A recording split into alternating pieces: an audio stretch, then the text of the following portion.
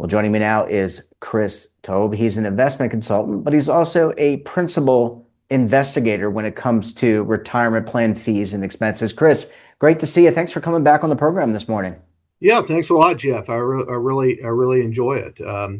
I enjoy your newsletter and enjoy engaging and kind of bringing another side to this issue. Again, I've been going after excessive fees has been a big thing that I've done with public pensions and now in the 401k world, and that's where I've specialized in helping in litigation on the plaintiff side in Yeah. finding excessive fees. And to that point, I want to, a part of me reaching out to you is one, we appreciate having you on the show, of course, but we want to get different reactions to the new proposed regulation. So let me start there. What were your initial thoughts when you read through the 140-page proposed regs? I mean, what stood out to you? What stood out is that the checklist part of it, which is the theme. And it doesn't change ERISA. You still have to do the right things, and you have to look at these contracts.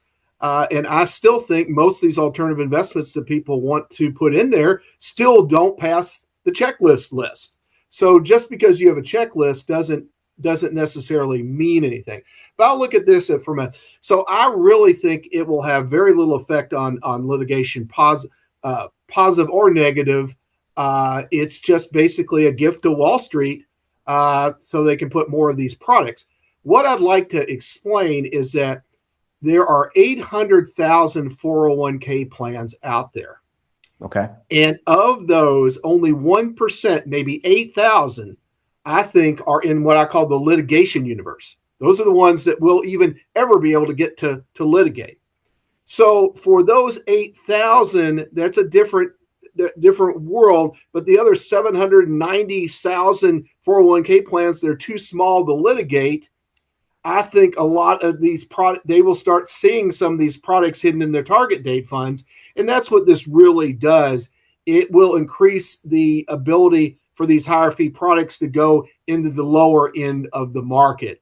And that's what the intent of this is. And I think that's what it will do. On the litigation front, I still do not think that your largest plans. Now, most of the litigation isn't even in the top 8,000, which is over 100 million. Most of it's in the top 800. And they keep litigating smaller and smaller things on those 800. These things like the forfeitures, which I don't think are that big a deal. I think that litigation should move from the top 800 to the top 8,000, but it's still not going to get to that 800,000 universe for decades because of the way ERISA structure in litigation. You can't sue the target date fund company. You have to sue the individual plan.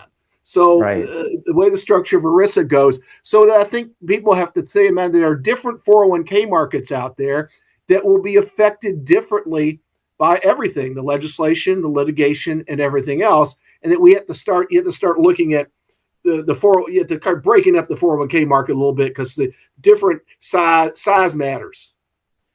Well, it does matter in terms of pricing and fees, and you and I have talked about that. Let me ask you about, I think it was very clear, at least talking to some other of our peers in the industry, that one of the goals was to reduce litigation. Did you get any feedback from the attorneys that maybe because you are an expert witness. I mean, you do this Right. day in and day out. You Yeah. help identify plans, but you testify in front of a jury, presumably. Did you get any feedback from any of the attorneys that you work with on this? Do they support or echo what you're saying about, hey, this is not going to reduce litigation at all? In fact, it's actually potentially going to increase it. I don't think it's going to increase. I think people are just neutral on it. That doesn't really have anything to do with litigation. It has to do with helping out Wall Street with the smaller plans that aren't going to be litigated anyhow. So I think that's really what, and the few I've talked to, they don't really have any feel for it because, first of all, the only really alternatives I consider in 401ks now are annuities. And of the 9,000 largest or 8,000 largest plans, I've identified about 3,000 that have mostly fixed annuities, not lifetime annuities. These are fixed annuities, the things that pay 2, 3, 4%, and Tia's paying 5%. And so most of my litigation is around one insurance company is paying 2 or 3%, and they could have got the same fixed annuity for TIA at 4 or 5%. And that's been the bulk of the litigation, and that litigation isn't going away. That's going to be a big part of. It's not usually in the largest of the mega plans, the top 1,000. It's in the medium-sized plans. The regional hospitals are very, very typical of the type of lawsuits that I'm involved in now. Not the mega corporate plans, who pretty much have been already litigated enough, and they've kind of cleaned up their act with indexing. Chris, sorry, I didn't mean to interrupt you. Do you think that I guess you can't, even with a checklist, it's really forward looking, right? So you can't go back and checklist. I guess you could go back and use the checklist to go back to old decisions, but you really can't go back and apply the checklist retroactively. So there's still a level of exposure, I think, is one of your points. Well, yeah, it is. But again, it's the way it's going to be used. I think the checklist is kind of a joke, because where all these alternatives are going to go, they're buried inside of target date funds. Mm-hmm. And remember, this is the reason why they've been moving away from SEC registered mutual fund target date funds to poorly regulated state collective investment trusts, because they'll allow all these alternatives in, so you can hide and bury them in these inside a collective and trust inside a target date fund. So unless a plan sponsors, to get away, need to dig into the individual allocations within their target date fund to really do their fiduciary duty. And I don't think most of these smaller ones are even going to do that, or even know to do that. And that's really what this comes about. The checklist is just more, to me, is just kind of a window dressing on there, that if someone actually did the checklist, they wouldn't buy any of this stuff in the first place, in my opinion. But it's just kind of something there. Yeah. So again, sorry to interrupt you, Chris. Are there some, you are a CFA charter holder, you're a CAIA, so you've done investment consulting, you sit on numerous, or at least you did sit on numerous state pension boards. Are there things that, if you're an investment advisor or a retirement plan advisor, as they're called today, are there things you should take away? Because you serve the interest of the fiduciary. You're either a 321 or a 338 fiduciary. So are there things that maybe they should take away from these proposed regs? I know what the industry is going to say and how it justify X, Y, and Z. But from your practical experience, are there things that these individuals should take away and say, okay, this makes some sense. Let me alter my behavior as an advisor? Well, no, but it's all about the fees. You as an advisor need to know in detail the fees of every product that's going in.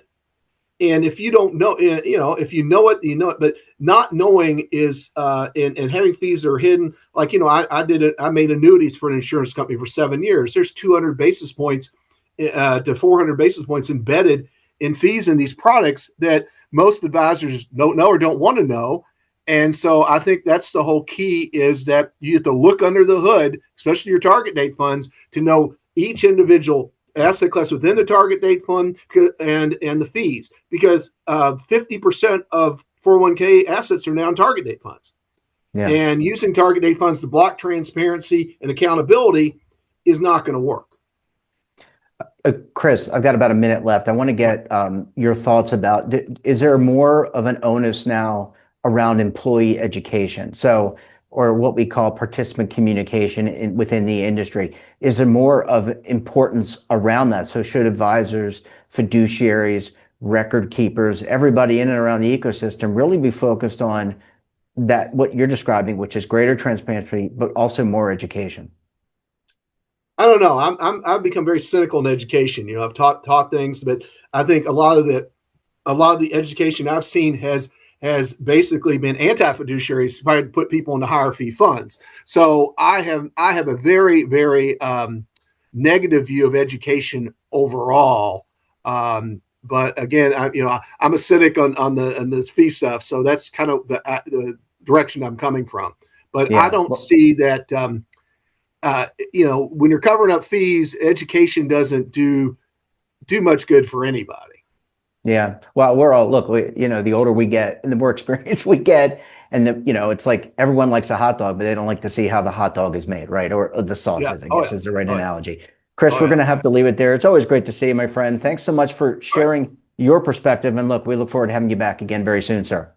Great, Jeff. Great being with you. Well, thanks for watching. And don't forget, we're back again tomorrow morning with another great expert and another great topic. You can tune in right here Monday through Sunday at 7:30 a.m. Eastern Time. And don't forget to subscribe to our daily newsletter, The Morning Pulse, for all the news in one place, delivered directly to your email box. Check it out at our website.